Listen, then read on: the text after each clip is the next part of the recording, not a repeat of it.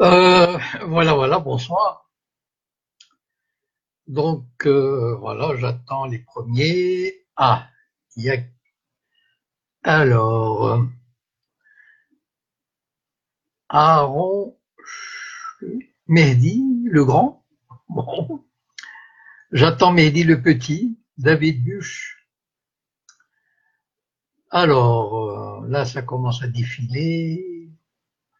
Wet, Ben Mansour, Rachid Hassani, Aïcha Oubi, Jérémy, David Buch, bonjour. Akli Nordin, bonjour. Ben Mansour Raphaël Fedra. Salam alaikum Hichem Masbahi. Khalifa Ben Abou. Samir BN. Nazha Serbout. Ah oui, c'est une nouvelle amie, je crois, hein, sur mon troisième compte. Ah, la Martinique. Ah, c'est beau. Vous avez de la chance, voilà, c'est bien. Alors, bonjour, Samir, Rachid, Schleu. Je vais bien, merci. Kinini Abdellatif, bonsoir. Donc voilà, on va oublier les polémiques. Je ne sais pas si vous êtes allé sur YouTube.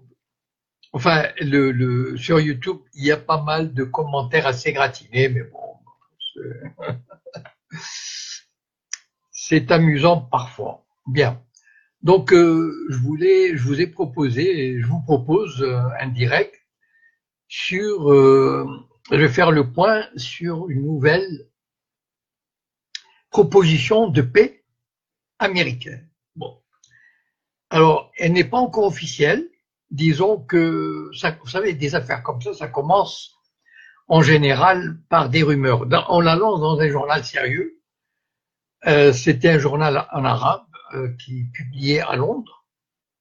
Donc, en général, on lui file l'information pour qu'il l'étale. Voilà, Aaron, le sujet de ce soir, c'est la Palestine, enfin le plan de paix. Donc, et puis, ça fait parler les gouvernements, ça fait parler les partis politiques, ça se répand dans la presse et ça devient un sujet. Voilà, disons que il y a en tout cas suffisamment de détails de ce plan qui ont été révélés et qui sont certainement vraisemblables, sinon véridiques, et qui correspondent de toutes les façons, grosso modo, à ce que, disons, ce que Israël peut obtenir de meilleur aujourd'hui. Et il ne le fera pas d'ailleurs. Mais enfin, j'y arriverai. Mais Israël ne peut pas rêver mieux que ce plan-là. Parce que bon, et en plus, la Palestine est complètement à la ramasse. Alors, bon, je veux dire, l'autorité palestinienne fait semblant d'exister. Mahmoud Abbas, il va ici ou là, bon, il prend l'avion parce que son maître, son patron sioniste le lui permet. Donc, il va réclamer l'aide de la Russie, il demande une conférence internationale. Mais, je veux dire, il n'y a que les États-Unis qui tiennent les clés de la solution, parce que ce sont les seuls qui peuvent obtenir l'aval d'Israël et qui sont les seuls à, disons, forcer la main d'Israël. Mais est-ce qu'ils le feront? Enfin, je vais essayer de clarifier la chose. Donc aujourd'hui, quasiment, la Palestine n'a presque pas, quand je dis la Palestine entre guillemets, ça veut dire l'autorité palestinienne, a très peu de marge de manœuvre. Voilà. C'est-à-dire qu'est-ce qu'ils peuvent faire? Ils dépendent, je veux dire, leur budget, le budget de l'autorité palestinienne, dépend du bon vouloir des Américains, des pays arabes et de l'Europe. Bon, l'Europe fait semblant, disons, d'exiger une solution correcte, juste, Mais bon, eux aussi, les Européens aussi, voudraient qu'on arrive à une solution. Alors, c'est quoi cette solution? euh, c'est une solution, je dis, Israël n'aurait pas pu rêver mieux. Pourquoi? Parce que, euh, bon, déjà, la Cisjordanie, c'est à peu près 20% de la Palestine historique, ou 25, 20%, je crois, ou 25%. Je crois que plus exactement 22%. Donc, sur ces 20%, Israël garderait à peu près 50 à 60%, parce que les grandes colonies et Jérusalem-Est, bon, ils tombent dans l'escarcelle sioniste. Voilà. Et l'Est du Jourdain, c'est-à-dire la rive du Jourdain, à peu près sur une largeur de 5 à 10 kilomètres, sera remise à Israël, sera sous la souveraineté israélienne. Pourquoi? Sous prétexte que, vous savez, les Israéliens, ils ont très peur pour leur sécurité, contrairement à ce qu'on pense. Vous savez, la Shoah, etc., bon, ils ont de mauvais souvenirs, alors ils ont très peur pour leur sécurité. Et donc, pour leur offrir cette sécurité, parce qu'il faut bien les caresser dans les sens du poil, il faut leur dire, oui, oui, les pauvres malheureux, ils sont totalement désarmés face à ces hordes arabes sauvages. Donc, ils veulent garder la rive du Jourdain. Et ça, c'est, comment dire, c'est un consensus international. Vous savez, quand vous entendez, faites attention quand vous entendez des Européens parler qu'aucun accord ne peut se faire au détriment de la sécurité d'Israël. Vous avez déjà entendu ça, c'est bon. Or, c'est quoi la sécurité d'Israël? Ça veut dire, c'est pas, ils ont des sous-marins nucléaires, ils ont la meilleure aviation du monde, ils ont des drones, enfin, ils ont de tout. Mais ils veulent avoir, parce que imaginez que s'ils lâchaient la frontière du Jourdain et qu'il y ait 2 ou 3 terroristes qui s'infiltrent par cette frontière, c'est horrible. Vous imaginez le drame de ce peuple juif qui souffre de l'insécurité. Et donc, ils veulent garder. Or, qu'est-ce que ça signifie concrètement? Vous prenez une carte, vous regardez. Il y a la Cisjordanie est entourée d'un mur, d'accord, au nord, à l'ouest et au sud, d'un mur, enfin vous connaissez, avec des checkpoints, etc. Si Israël prend aussi, enfin il l'a déjà, de toute façon, il l'assure. Enfin, si on lui donne officiellement le contrôle sur la rive du Jourdain, eh ben l'État, enfin ce qu'on appelle l'État palestinien, n'aura aucune frontière avec aucun autre pays. C'est-à-dire concrètement, si même un diplomate, même enfin n'importe qui veut rentrer en Palestine, enfin dans cet État entre guillemets toujours palestinien, il faut qu'il ait l'aval d'Israël. Ça c'est comme aujourd'hui. Vous savez, il y a eu même des députés du Parlement européen, des parlementaires européens qui ont voulu entrer en Cisjordanie ou à Gaza. Israël leur a dit non, parce qu'ils doivent passer de toutes les façons par un poste frontière israélien. Et donc, cet État palestinien, enfin un État entre guillemets, sera, disons, totalement contrôlé par les forces israéliennes. Alors, les frontières terrestres, aériennes, il pourrait y avoir un aéroport, imaginons.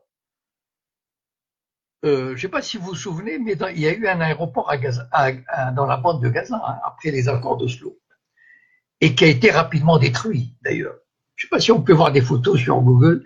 C'est un très chouette aéroport, mais c'était insupportable pour Israël. Enfin, je veux dire, comment des Palestiniens pourraient avoir leur propre aéroport? Enfin, c'est inadmissible, c'est impensable.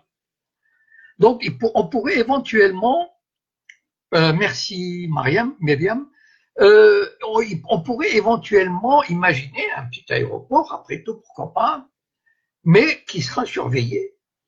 Ça veut dire qu'il y aura des forces de sécurité israéliennes à l'intérieur pour contrôler les avions qui arrivent et qui partent et les gens qui arrivent, et les marchandises, etc. Voilà. Mais, alors Gaza sera rendu à l'Égypte. On ne dit pas ça comme ça, mais il faut vous souvenir que jusqu'en 1967, Gaza était sous administration égyptienne. Et donc, on trouvera une formule. Bonjour Samia, on trouvera une formule pour dire on confie Gaza provisoirement aux forces égyptiennes pour assurer la sécurité. Mais en fait, c'est une fois que les forces égyptiennes seront là, ça serait fini du Hamas, et donc finalement, cette bande retournera à la souveraineté égyptienne.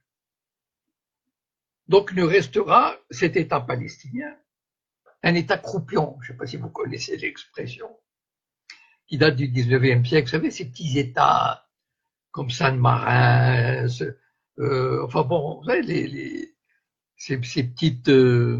donc, mais il s'appellera un État, c'est-à-dire l'ONU, l'Amérique le reconnaîtront comme un État. Ça veut dire il aura un drapeau, un hymne national, enfin un président, etc. Mais il sera, bon maintenant je continue Jérusalem. Ah, Jérusalem, on va faire une petite faveur, mais toute petite. Ça veut dire, comment dire, pour faire avaler la pilule. On va prendre la vieille ville de Jérusalem, un petit quartier de rien du tout, et on va mettre une petite administration internationale, du style le drapeau de l'ONU, mais tout le reste de Jérusalem, ça veut dire que Jérusalem-Est avec ses 200 000 colonies, évidemment resteront israéliens, c'est évident. Cet État palestinien, entre guillemets toujours, c'est très important les guillemets, vous savez, cet État palestinien aura une petite capitale, évidemment, mais elle ne sera pas à Jérusalem. Elle sera à Boudi, sous un petit patelin à l'extérieur, etc.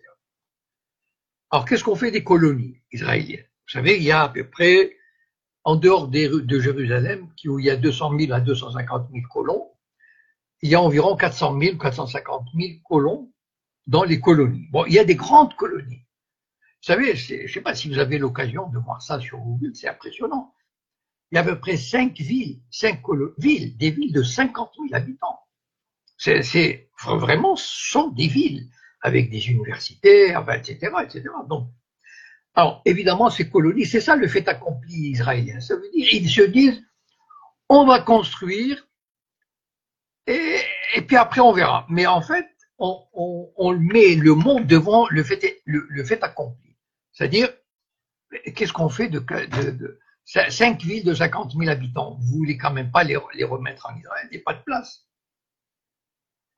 Et donc, alors, ce qui me dit tout ce qui est écrit dans la presse, c'est faux. Le grand Israël non plus n'existera pas. Bon, il y aura la paix une fois le jugement dernier. Bon, tant mieux. Et donc, voilà, les colonies, bon, Israël, on lui demandera de retirer de toutes petites colonies comme ça, isolées, etc. Bon, pour faire plaisir aux Palestiniens. Donc, les réfugiés, bon, il faut oublier. Les réfugiés, on leur donnera un peu d'argent, peut-être un peu beaucoup, mais bon, on réglera. De toutes les façons, cette histoire de réfugiés, jamais ils ne seraient revenus. Enfin, je veux dire, Israël n'aurait jamais accepté, mais enfin, ça sera officialisé. Alors, inutile de dire que l'État palestinien sera démilitarisé, c'est-à-dire que il n'aura pas d'avion, il n'aura pas d'hélicoptère, enfin, il aura peut-être des petits hélicoptères civils, il aura une petite police, enfin voilà, bon, démilitarisé. Donc, et il sera accepté, probablement, bon, comme 198e État, etc. Et le fait est que ce plan n'est pas du tout seulement théorique. C'était à peu près ce que les Israéliens ont toujours suggéré de faire, et que maintenant on met carte sur table. Maintenant, la question qui se pose est: est-ce que les Palestiniens vont accepter? Pour dire, Saeb Erekat, le numéro 2 de l'autorité palestinienne, a qualifié le plan d'autonomie perpétuelle. Vous imaginez, c'est-à-dire que, c'est pour ça que j'ai intitulé la vidéo de ce soir l'étouffement de la Palestine. C'est-à-dire que une autonomie perpétuelle, ça veut dire que la Palestine désormais ne sera plus jamais, avec ce plan-là, ne sera plus jamais un État réel, indépendant, libre, avec qui se gouvernera comme il voudra, qui acceptera qui acceptera les gens qu'il voudra, les touristes ou les hommes d'affaires, etc. Il sera soumis à la bonne volonté d'Israël. Alors, est-ce que les Palestiniens accepteront? Et c'est difficile à dire parce que, vous savez, Arafat avait dit une chose très juste, parce qu'il y avait des pressions pour l'amener à signer ce genre d'accord, où il abandonnerait tout aux mains des Israéliens, et il avait dit: je ne signerai jamais un accord dont je sais qu'il me coûtera la vie. C'est-à-dire que il savait que s'il signait un accord pareil, comme ça date, il sera assassiné un jour ou l'autre. Parce que je pense pas que le peuple palestinien pourra tolérer une chose pareille. D'un autre côté, il y a une nomenclatura, ça veut dire il y a quelques milliers de Palestiniens qui se croient, il y a un président qui se croit président, il y a des ministres qui se croient ministres, il y a des ambassadeurs qui se croient ambassadeurs. Ça veut dire ils jouent comme, vous savez, comme les gamines qui jouent à la poupée et construisent une petite maison, etc. Et l'autorité palestinienne, c'est un peu ça, c'est-à-dire ce sont des gamins qui jouent à l'État, ils font semblant d'avoir un État. Ils roulent en Mercedes, quand le président palestinien revient de l'étranger, il a une garde d'honneur. Enfin non, mais vraiment, c'est une maison de poupée. Voilà, c'est un État de poupée. Voilà. Et en même temps, l'Amérique leur a dit, ou vous acceptez de négocier, ça veut dire ce plan-là, il faut retourner à la table des négociations acceptées, ou bien on vous coupe les vivres. Et avec Trump, vous savez, on sait au moins que sur certaines choses, il ne rigole pas. Donc, il peut très bien le faire. Et les pays arabes aussi, ils ont intérêt, ils en ont marre de cette question palestinienne. Ils ont toujours, depuis 30 ans, ils veulent que ça s'arrête. Ils veulent vivre avec Israël. Ils sont prêts. Vous savez que, je vais juste vous donner un exemple de la collaboration de plus en plus grande entre les Arabes, surtout les monarchies du Golfe, ou l'Égypte, et Israël. Vous savez qu'il y a 2 semaines, Netanyahou était en Inde. Et il y a un très grand commerce entre l'Inde et Israël, grâce aux accords d'Oslo d'ailleurs. Je crois que les échanges doivent se monter à quelques milliards, 3 ou 4 milliards de dollars, dont 1 milliard pour les armements. Et donc, il y a une ligne régulière entre Tel Aviv et New Delhi, ou l'Inde. Seulement, si vous regardez une carte, les avions d'Inde, Air India, et les avions israéliens ne peuvent pas survoler le territoire de l'Arabie Saoudite, pour des raisons historiques, etc. Donc, ça leur fait, au lieu de faire un vol de 6 heures, ça leur fait un vol de 9 heures. Et donc, le gouvernement indien et israélien, par l'intermédiaire de l'Amérique, etc., ont demandé à l'Arabie Saoudite de revoir sa position et de permettre le survol de son territoire. Eh bien, ça va arriver, c'est arrivé, mais c'est arrivé uniquement, vous savez, Et il y avait dans les pays communistes, il y avait la théorie du saucisson. Ça veut dire, on disait que on faisait, vous savez, c'est comme un peu, vous prenez par exemple les droits en France, les droits économiques, sociaux, les services publics, la santé, etc. L'évolution des salaires. Depuis 30 ans, qu'est-ce qu'on voit? On voit que chaque année, on retire un petit peu des droits, mais un tout petit peu. Par exemple, il y a 0,5, 1,5% d'augmentation qui ne suit pas l'inflation. On augmente les taux de sécurité sociale, des cigarettes, 1%, 2%, etc. Au total, en 30 ans, le pouvoir d'achat des Français a diminué de 25%, par exemple. Les enseignants, c'est un fait. Si on enlève 25% d'un coup, il y aurait une émeute en France.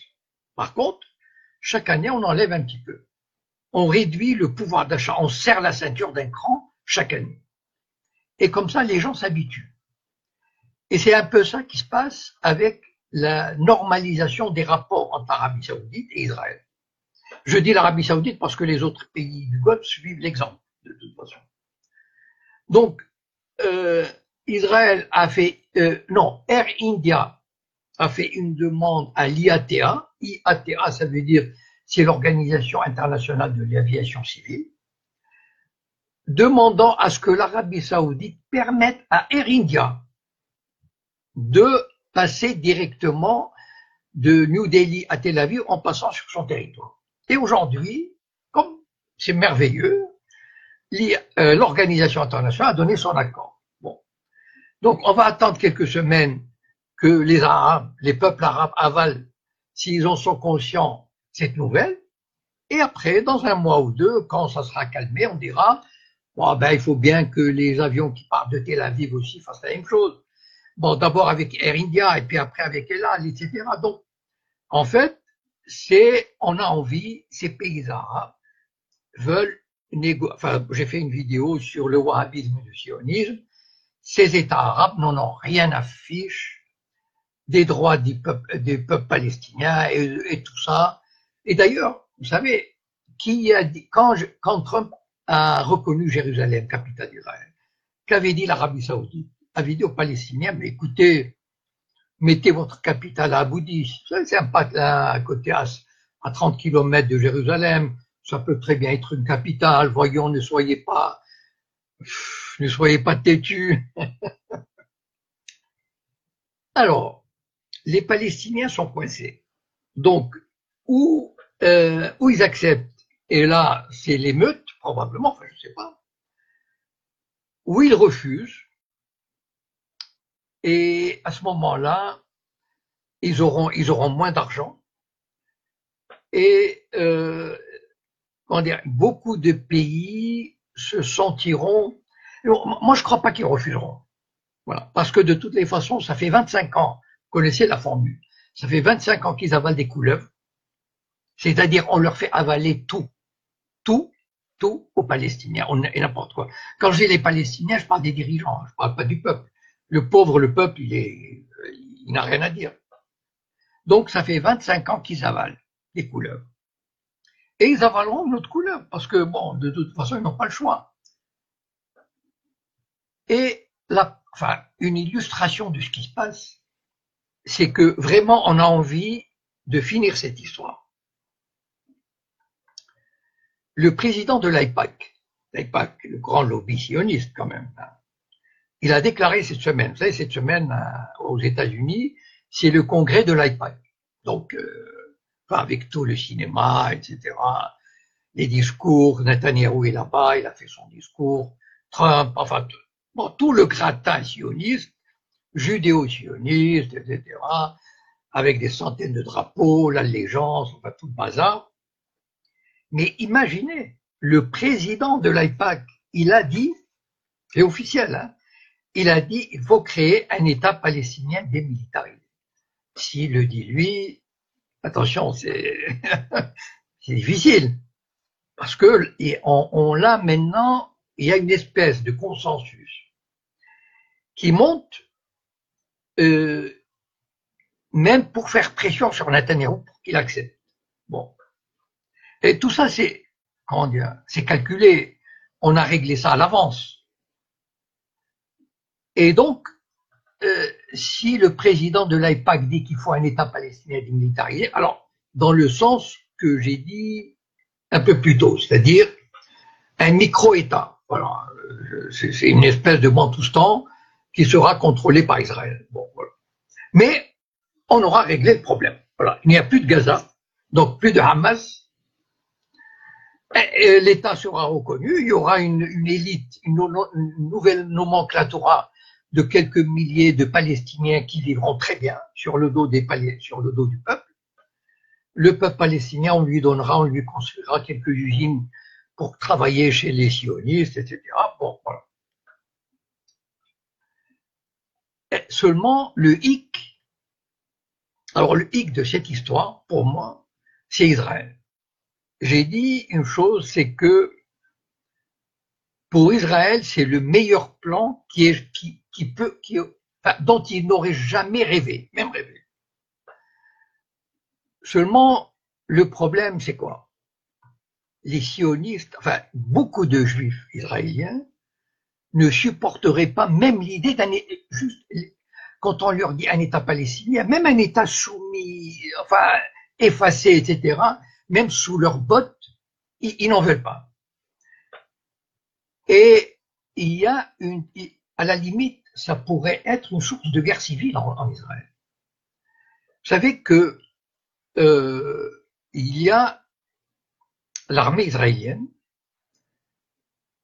entre, vous savez, le corps des officiers intermédiaires, ce qu'on appelle les officiers intermédiaires, c'est-à-dire lieutenant, capitaine, à peu près le tiers entre 30 et 40% aujourd'hui sont des religieux, ce qu'on appelle, c'est pas les religieux qui refusent de faire l'armée.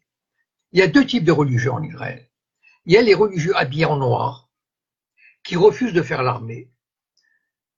Et il y a des religieux aussi fanatiques, aussi religieux, aussi mystiques, mais qui, eux, sont les colons et qui sont entrés dans l'armée et qui occupent une bonne partie des places des officiers. Et ces gens-là ont déjà dit qu'ils refuseront toute concession territoriale. Ça veut dire pour ces juifs-là, comment dire, quitter même une colonie de 30 personnes. Et on a déjà vu, enfin j'en ai déjà parlé, quitter une colonie de 30 personnes en Cisjordanie, c'est un drame national. Donc ils sont prêts, quasiment, il pourrait y avoir une rébellion militaire, sans compter les partis de droite nationale, etc. Il y a à peu près, mettons, 30% des députés qu'on peut pas, enfin, je veux dire, on ne peut pas leur passer dessus. Voilà. Là, en politique israélienne, c'est un bloc qui est incontournable. Et vous savez comment les Israéliens ont appelé ce plan de paix, enfin certains médias israéliens, le piège de miel. C'est-à-dire, on attire les Israéliens dans un piège. Parce qu'en fait, j'ai déjà démontré que le sionisme est incompatible avec la paix. C'est ça le drame des sionistes. C'est-à-dire, le sionisme est une idéologie de guerre, d'expansion, de domination. Ils ne peuvent pas faire la paix. S'il y a une situation, qu'est-ce qui tient la société israélienne? Ce sont les tensions extérieures. C'est élémentaire. Quand il y a énormément de problèmes en Israël. Vous savez, vous avez entendu parler de ce documentaire qui vient de sortir en Israël sur les Juifs français qui ont émigré en Israël. J'ai le lien, je le mettrai, si vous voulez, sur mon mur. C'est en hébreu, mais c'est sous-titré en français. Sur la difficulté, imaginez en 2014, 2015, 2016, 2017, sur la difficulté des Juifs orientaux, parce qu'ils viennent de France, mais ils sont originaires d'Afrique du Nord. Et pour les Israéliens, pour l'élite israélienne qui est ashkénaze à 95%, ils regardent ces gens-là comme un peu comme des Arabes. Donc il y a un mépris. Enfin, on a dit que le racisme anti-arabe contre les Juifs arabes avait quasiment disparu, mais c'est pas vrai. Il y a effectivement, comment dire, il y a un rejet de ces gens-là qu'on assimile à des Arabes. Il y a des conflits énormes latents, mais violents, entre religieux athées, entre Ashkénazes, séfarades, entre noirs, etc. C'est un pays qui pourrait, comment dire, subir une guerre totale, une guerre civile, si jamais il n'y a pas un ennemi extérieur qui maintienne le danger. Pourquoi, si Israël est enfin en paix, qu'est-ce qui justifierait un service militaire de 3 ans avec des exercices, puisque personne ne va l'attaquer. Bon, on dira que le Hezbollah, etc., continueront à faire, ne marcheront pas dans la combine. Mais une fois que le problème, parce que qu'est-ce qui motive le Hezbollah aussi? C'est-à-dire, qu'est-ce qui lui donne cette légitimité? Qu'est-ce qui lui donne cette noblesse dans sa lutte? C'est parce qu'il combat pour Jérusalem et pour la Palestine.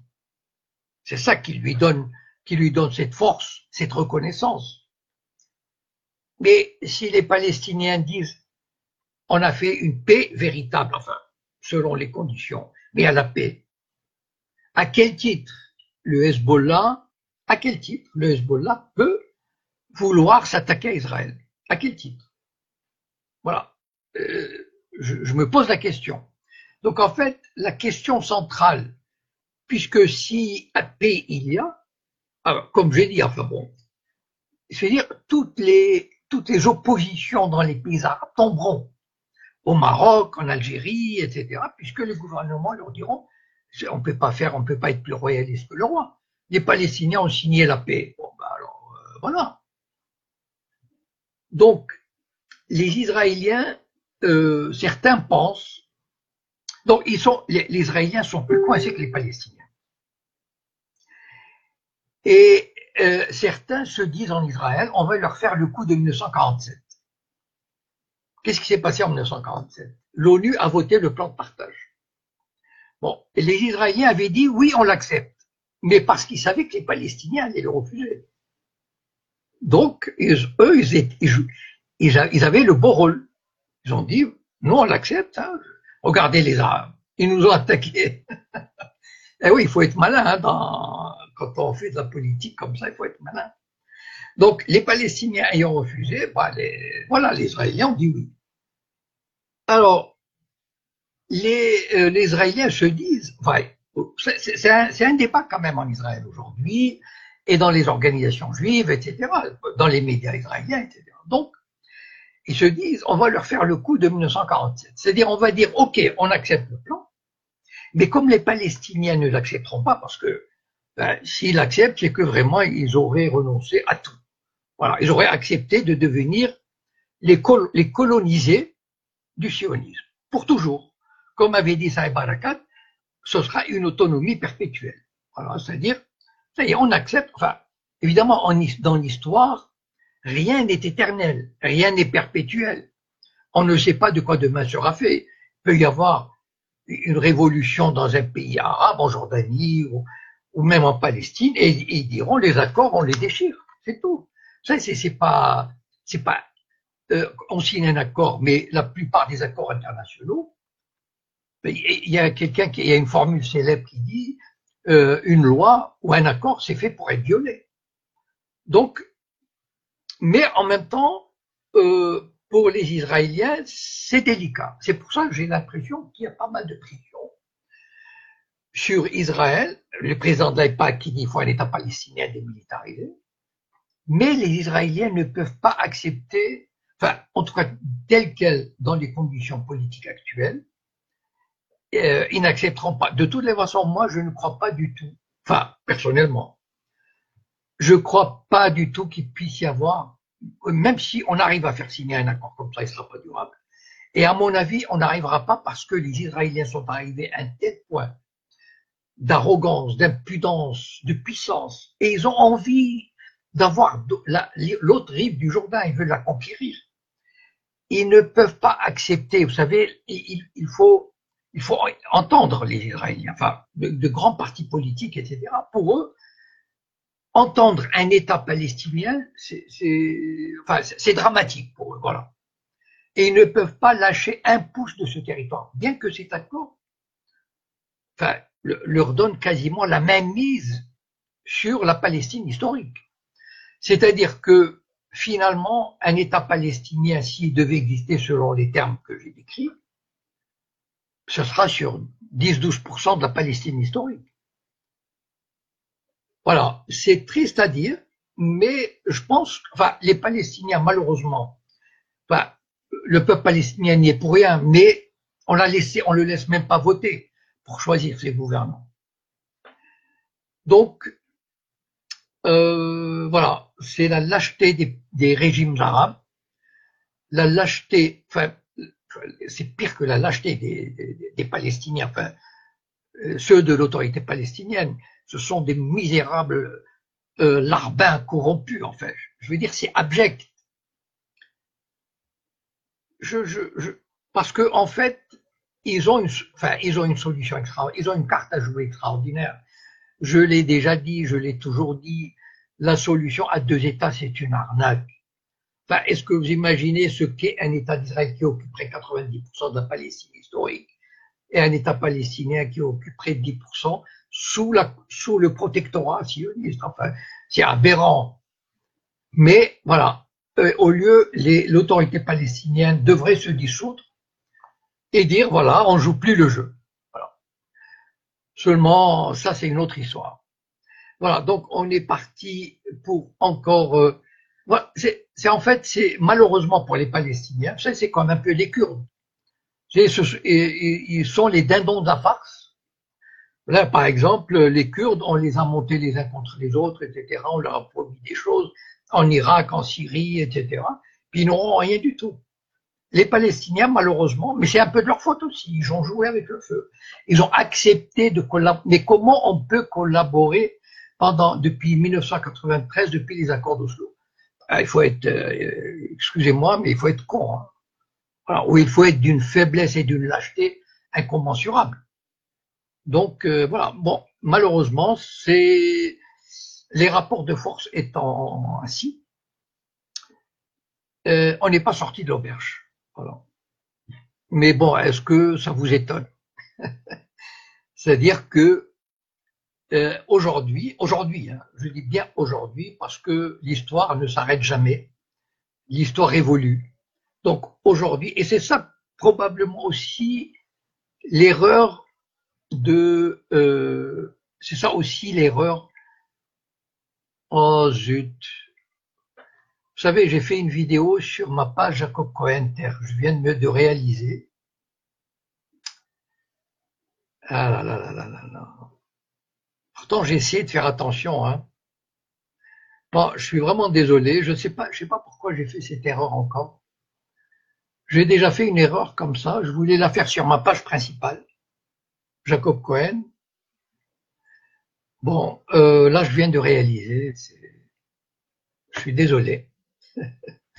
Non, je la mettrai sur ma page, mais il y a beaucoup qui sont allés sur ma page pour attendre cette vidéo. Donc, je regrette énormément. Voilà. Bon, c'est ainsi. Parfois, on fait une petite erreur, des tours de riz, ou peut-être c'est ça aussi le fait d'avoir 3 comptes. Bon, voilà. Donc, je vous souhaite une bonne soirée. S'il y a des questions, j'imagine qu'il y aura Enfin, je vais prendre des commentaires sur la vidéo de dimanche et les commentaires sur la vidéo de ce soir, et puis j'essaierai de répondre aux questions. Donc voilà, malheureusement, c'est ça la réalité des relations internationales. C'est terrible. Voilà. Je vous souhaite une bonne soirée et à bientôt. Au revoir.